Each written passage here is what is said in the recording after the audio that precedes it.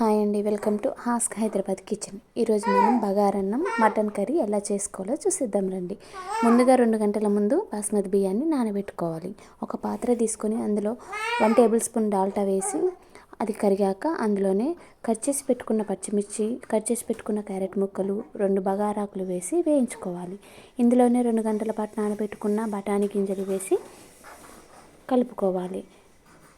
కొన్ని జీడిపప్పులు వేసి అందులోనే మసాలా దినుసులు, లవంగాలు, యాలకులు, దాల్చిన చెక్క వేసి 1 టేబుల్ స్పూన్ అల్లం వెల్లుల్లి పేస్ట్ వేసి అంతా ఒకసారి కలుపుకోవాలి. ఎన్ని గ్లాసుల బియ్యం తీసుకుంటామో దానికి డబుల్ గ్లాసుల వాటర్ పోసుకోండి. ఆ వాటర్ బాగా మసిలాక మనం నానబెట్టుకున్న బియ్యాన్ని వేసుకోవాలి. ఇలా వేసుకొని ఉడికించుకోవాలి. ఇలా ఉడికాక సిమ్లో పెట్టుకొని ఉడికించుకోవాలి. బగారన్నం రెడీ. నెక్స్ట్ మటన్ కర్రీ ఎలా చేయాలో చూద్దాం.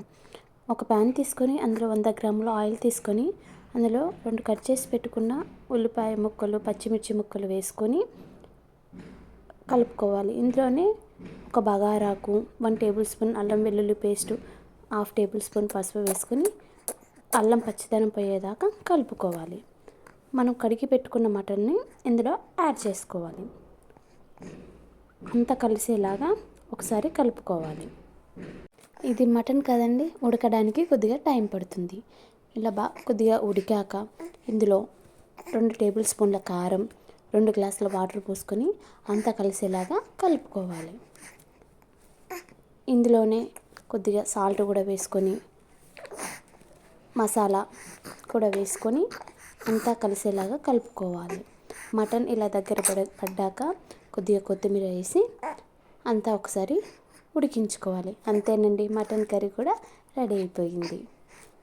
మీకు కనుక మా బగారన్నం మటన్ కనుక నచ్చినట్లయితే లైక్, షేర్ అండ్ సబ్స్క్రైబ్ చేసుకోండి. Thank you.